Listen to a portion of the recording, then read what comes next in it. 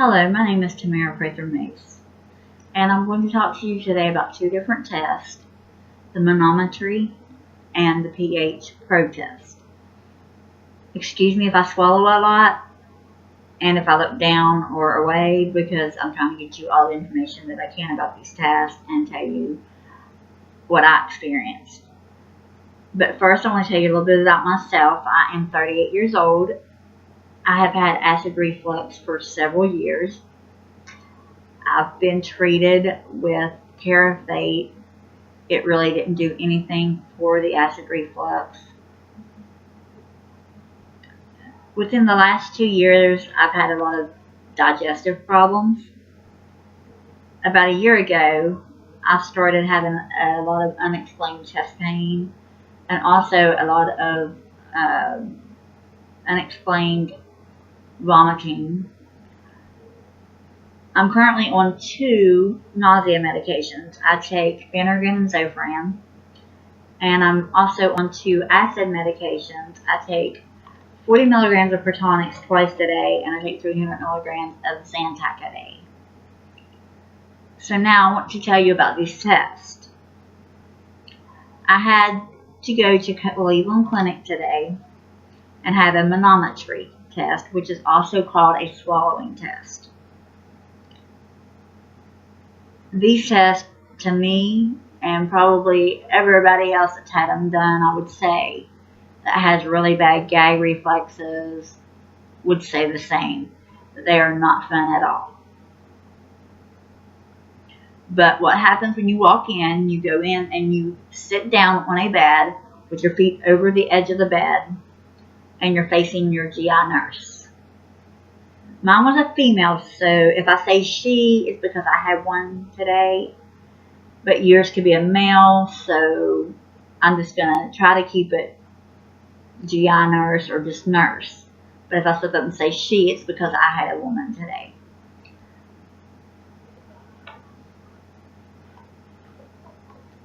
When you go in and you sit in front of her, she will bring out a syringe about that tall, full of lidocaine. And she will squirt it up either this side or this side of your nostril, whichever one you choose. And I talk a lot with my hands, so I'm sorry. But after she shoots it up your nose, she will tell you to sniff as she's shooting it up your nose. And that way it numbs the nose and it's supposed to help numb the throat. In my case, I wasn't that lucky. Next, she will grab this tubing with a bunch of sensors on it, and the tubing has about that long of nothing but sensors. Excuse me. Like I said, I'll swallow a lot during this video, and I'm extremely sorry. The tubing is 1/8 of an inch. It's the size of a pencil in diameter, and the length is as tall. They ask you how tall you are when you go in, and they measure so much off of your height of how long that has to be. After they stick the numbing medicine up your nose, they let it set for just a few seconds, not long at all, and they take the tubing and they put it in a bunch of gel. And they begin to feed it up your nose until it starts down the back of the throat. If you're anything like I am, I feel sorry for you because I have extremely bad gag reflexes. So she knew when she hit that spot. When she hit that spot, she handed me a cup of water, and they tell you to keep drinking until they tell you to stop. This does really help, believe it or not. It helps to feed the tubing down quicker, and it also helps with the gagging because you're constantly doing something as she's doing or as they're doing something. Once the tubing is in place, they will tape it to your nose and lay you down on your side. Then the nurse will tell you to swallow 1 time. After you swallow that 1 time, you cannot swallow for 30 seconds. If you swallow before that 30 seconds is over, you have to start all over. If you swallow any other time after this when you're not supposed to, you have to start from the beginning. For me, I wasn't able to make it my 30 seconds the first time. I swallowed and I had to start over. So it was the beginning of the test though. So after the 30 seconds of not being able to swallow, the nurse will bring out a syringe, again about the size of the same one that she gave you the lidocaine up your nose with, but it is a different syringe, and it has water in it. She will squirt that into your mouth and she will tell you to swallow. Then they will tell you, there I go with she, I'm sorry. They will tell you that you cannot swallow again until they give you another shot of the water. You will do this 10 times. Once that's over, which I've seen other videos here on YouTube where some of the other patients that had this procedure done had to go a higher step up in liquid. They had to go up to a thicker liquid. They went to like a saline solution with some flavoring in it. Fortunately, I did not have to do that. I was only happened to do the water. So as soon as I did the water test, she pulled the tubing out. I was so excited. This test, though, it monitors your swallowing pressure. So that way they can see whether the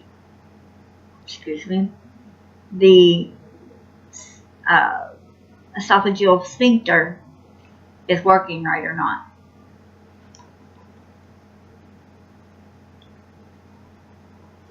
The second test I was supposed to have done today is what they call the pH probe, and it is a 24-hour test.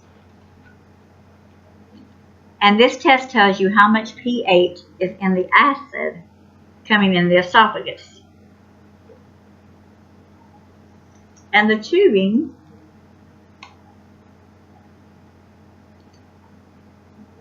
looks like this. You have a little sensor on it, and it's a real thin tubing, just real thin. And after the other tubing is pulled from the nose, this little tubing is took and put in the same side and ran down, not as far though, it's ran down to where the esophageal sphincter starts at the top of it, and it's placed there to monitor when it opens how much pH acid comes up into the esophagus. Excuse me.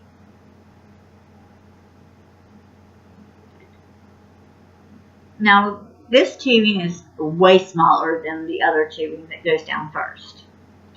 So you would think, no problem. I got through the first one. I shouldn't have any problem with this one.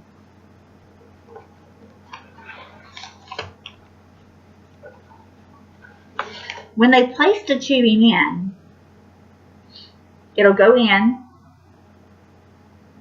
and then they will bring the tubing over and attach it to whatever side of the nose that you had it put in. And they will tape it to your face, and then they will run it up in behind your ear, tape it behind your ear, and also run it down your neck, and tape it like on your neck somewhere. That way you're not pulling it out. Again, this is a 24-hour test. This tubing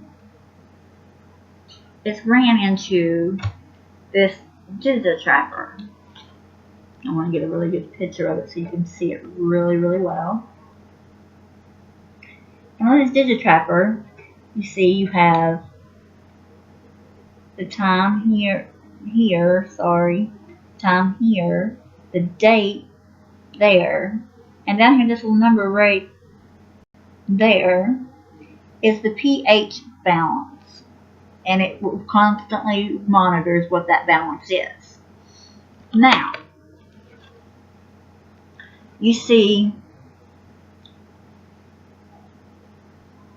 all of these buttons. Also, when you go in, they give you a piece of paper that looks like this. Hang on one second. Looks like this. And what this is your rules or instructions and a journal for your symptoms. You have to space your meals at least 3 hours apart. You're not allowed to snack. A meal is considered anything you eat or drink except for water.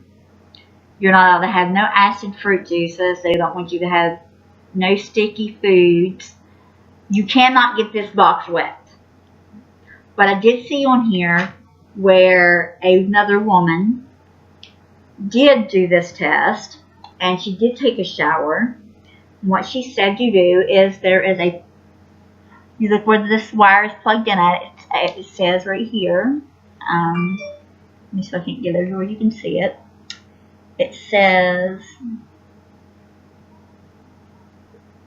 well, let me get over there.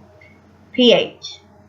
What you do if you want to take a shower is unplug it from the pH, take your monitor and lay it somewhere safe where it's not going to get wet, go take your shower. As soon as you get out of the shower, make sure this end of the tubing that's connected into you is dry.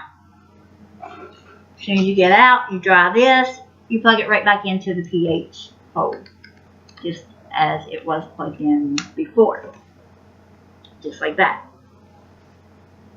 And you will begin to record again. So, now let me tell you what each button on this means. Okay. Kind of get to where you can see it really good here. Okay, that's good. This button here is if you are taking acid medication, you have to hit this button before you take it. But I was told that during this, you cannot take no acid medicine, so you won't be using this button at all. Next button is you see a fork and a knife.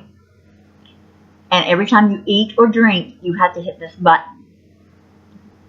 The next button, and when you're done eating and drinking, you have to hit that button again. The next button is, as you can see, is a bed. So when you get ready to lay down, you would hit this button, and it would light up and stay lit up until you get up and you hit the button again, and it would go off. The last button is the most important button on this machine. This button right here, which I'll put this finger up here so you can see it better. This is your symptom button. Anytime you have a symptom such as heartburn, regurgitation, reflux, chest pain, burp, belch, cough, anything, you have to hit this button. And also, you have to write the time it happened here and also the symptom that you had over here. Now, with all that said, as I said, this is a 24-hour test. Unfortunately, I wasn't able to do the whole 24 hours. I actually wasn't even able to do the first hour. I wasn't even able to do the first 20 minutes. That's sad, I know. You would think something that small, after having the big one put down, would bother you. Well, I the doctors before I left, the GI nurse, I asked what happens if I continue to gag or start gagging really bad. And she said, if it gets to the point that you cannot stand it, you can just pull it out yourself. It's not attached to nothing. So of course I did. I'm sorry. It does irritate. These tests do irritate your throat. You will find that you do swallow more. If you have really bad gag reflexes, you're going to find that these tests are not very pleasant at all. They are so unpleasant. But I do have a couple pieces of advice. One, listen to everything your nurse tells you. They do know what they're talking about. 2, during the swallowing test, if you put your tongue between your teeth, it helps you not to swallow so often. And the last thing that's very important, and I did this really bad, is I overanalyzed these tests. I went on the YouTube, looked this video up, looked that video up, went and looked it up on any other like type of medical website I could find what these tests consisted of. It made me really nervous, anxious. Don't overanalyze. Yes, it's not pleasant. I'll tell you up front, it's not pleasant. But being nervous and anxious does not help the procedure at all. Matter of fact, if you tense up, it makes the tubing harder to go down. Now, before you have these tests, you're given a sheet of paper telling you what medicines to stop so many days in advance. For example, I had to stop my Protonic 7 days before this test. 48 hours before my test, I had to stop my Zantac. 12 hours before, I had to stop my Valiums. And 6 hours, I wasn't allowed to have any type of antacids at all, nor nothing to eat or drink. So, with all of this said, this is the way the procedures are done. It's not pleasant, like I said. It's not easy, especially if you are extremely, easy to gag. But I will be back tomorrow because I have to have another test with another video on GI esophagus with a video. And I hope this video was very helpful to you. Maybe you could use some of the tips that I give, or also just maybe this will help relax you on some of the things that you will experience when you go in. I hope it provides enough information to help you. And I hope you have a good day, and thanks for watching this video, and thanks for your time. You have a good night. Bye.